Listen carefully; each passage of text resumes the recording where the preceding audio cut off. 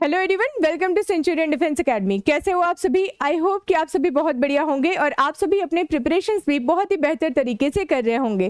तो चलिए फिर आज के सेशन की शुरुआत करते हैं और देखते हैं कि आज के सेशन में आप लोगों के लिए इंपॉर्टेंट क्या है। ठीक है, न्यूज देखिए। न्यूज है केरला टीन डाइज फ्रॉम निफा वायरस, यानी कि केरला में एक केस आया और उस केस में देखा गया कि 14 साल का एक बच्चा था जिसकी डेथ जो हो जाती है वो निफा वायरस की वजह से हो जाती है। जब निफा वायरस के केसेस जब गवर्नमेंट के द्वारा केरला गवर्नमेंट के द्वारा देखा जाता है तो केरला गवर्नमेंट क्या करती है, अलग अलग गाइडलाइंस यानी कि कुछ गाइडलाइंस इशू करती है और लोगों को बताती है कि अब आपको सतर्क होना होगा क्योंकि निफा वायरस के केसेस देखने को मिले हैं। यानी कि कहीं ना कहीं ये हमारे एग्जामिनेशन पर्सपेक्टिव से इंपॉर्टेंट बन जाता है कि क्या है ये निफा वायरस, कैसे ट्रांसमिट होता है, क्या इसकी वैक्सीन है या नहीं। तो ये सब के बारे में मैं आज के सेशन में आप सभी को बताऊंगी। लेकिन जैसे ही मैंने वायरस कहा तो आप लोगों के दिमाग में एक नाम आ गया होगा, दैट इज कोरोना वायरस। यानी कि क्वेश्चन ये भी आ सकता है कि क्या मैम ये जो वायरस है ये कोरोना वायरस से ज्यादा खतरनाक है? आगे बताती हूँ इसके बारे में। ठीक है, चलिए। आप लोगों ने अगर न्यूज पढ़ा होगा, यानी कि अगर आप डेली करंट अफेयर्स पढ़ते होंगे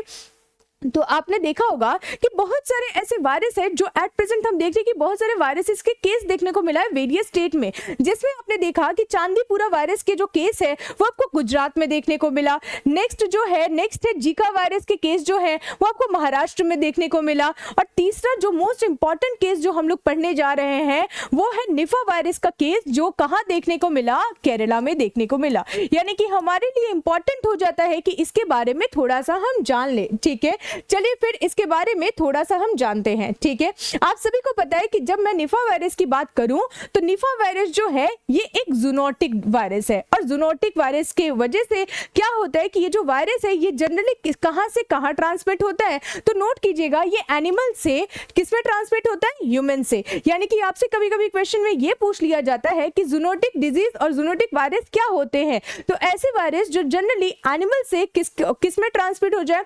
ह्यूमंस में ट्रांसमिट हो जाए, वैसे वायरस को जूनोटिक वायरस कहा जाता है। अब मन में क्वेश्चन ये भी आ गया होगा कि सबसे पहले निफा वायरस के केसेस कहां देखने को मिले? तो सबसे पहले इसके जो केसेस है वो आपको मलेशिया में देखने को मिले, देन सिंगापुर में देखने को मिला, देन आपका बांग्लादेश हो गया, फिर इंडिया हो गया। यानी कि हमने देखा कि इसके केसेस भी अब जैसे मलेशिया से तो ओरिजिन हुआ, लेकिन ये केसेस जो है वो बढ़ते ही जा रहे हैं। यानी कि अगर मैं केरला के बारे में बताऊं तो 2018 में केसेस देखने को मिले, 19 में केसेस देखने को मिले, 21 में केसेस देखने को मिले और अगेन 2024 में फिर से ये केसेस आपको देखने को मिल रहा है। फिर नेक्स्ट क्वेश्चन आपके मन में ये भी आ गया होगा कि मैम निफा इसका नाम क्यों पड़ा?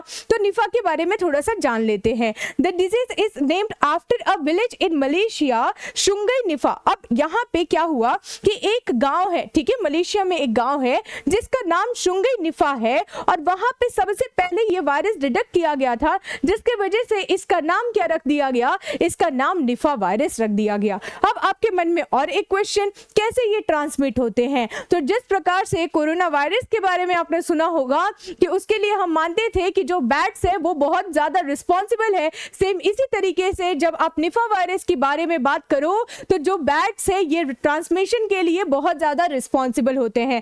थोड़ा सा देख लीजिए, जैसे अगर मैं बात करूं चाहे अपने नेचुरल होस्ट की, यानी कि फ्रूट बैट्स हुए या फिर जो इन्फेक्टेड पिग्स हुए, अगर कोई भी पर्सन इनके कांटेक्ट में आ जाता है तो वो वायरस क्या हो जाता है? तो एनिमल से किस में ट्रांसफर हो गया? ह्यूमंस में। यानी कि ये जूनोटिक वायरस है। क्या ये चीजें क्लियर हुई? क्लियर हो गई होगी। ठीक है, अब आगे थोड़ा सा इसके बारे में अब और हम जानेंगे कि आखिर जो पर्सन इससे अगर इन्फेक्टेड होता है तो सिम्टम्स क्या देखने को मिलता है। ठीक है, देखिए, the human infection presents as an encephalitic syndrome mark by fever, यानी कि फीवर होगा, हेडेक होगा, फिर डिसओरिएंटेशन होगा, mental confusion, coma, potentially death. यानी कि यहाँ देखा जाता है कि शरीर में दर्द हो गया, सिर में दर्द हो गया, फिर आपको फीवर बहुत ज्यादा आ जाएगा, फीवर उतरेगा ही नहीं। ये कुछ सिम्टम्स है जो कि इस वायरस के वजह से देखने को मिलता है। ठीक है, आगे थोड़ा और बढ़ते हैं कि क्या इसके लिए वैक्सीन है? तो इसके लिए कोई वैक्सीन नहीं है। इसी की वजह से थोड़ा सा डर लोगों के अंदर आ चुका है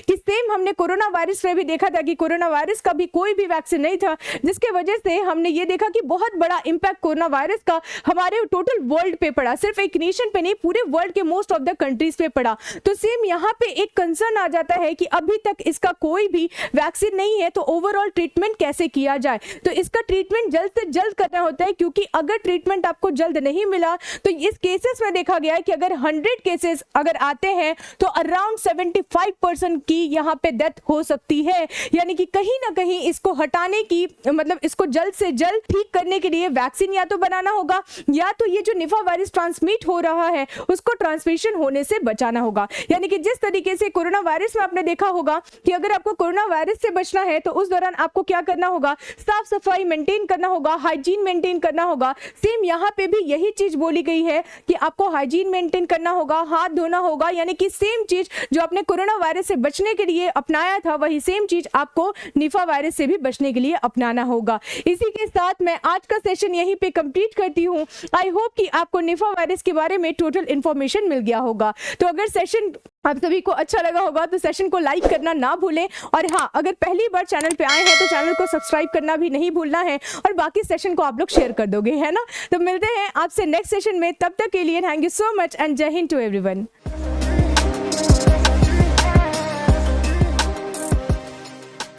डियर एस्पिरेंट्स, क्या आप भी एनडीए 2024 एंड 2025 एग्जामिनेशन को क्रैक करना चाहते हैं अपने पहले प्रयास में? तो आज ही एनरोल करें सेंचुरियन डिफेंस एकेडमी के रिटन प्लस एसएसबी कोर्स में, जो आपको देने वाला है regular classes, free study material, trained faculties, experts of the SSB panel, free SSB coaching, India largest GTO ground के साथ में doubt clearing sessions, weekly mock test, rigorous practice. ये एक ऐसा संस्थान है जहां हम आपको A to Z प्रिपरेशन कराते हैं और आपको नेशनल डिफेंस एकेडमी की कड़ी तैयारी कराते हैं। प्राउडली ऑल इंडिया रैंक 1, 2, 3, 4 जैसे रैंक्स देने वाली सेंचुरियन डिफेंस एकेडमी आपको वेलकम करती है to join our upcoming courses for your NDA exam preparation. Please call on 9795977776 for more information. Thank you, Namaskar and Jai Hind.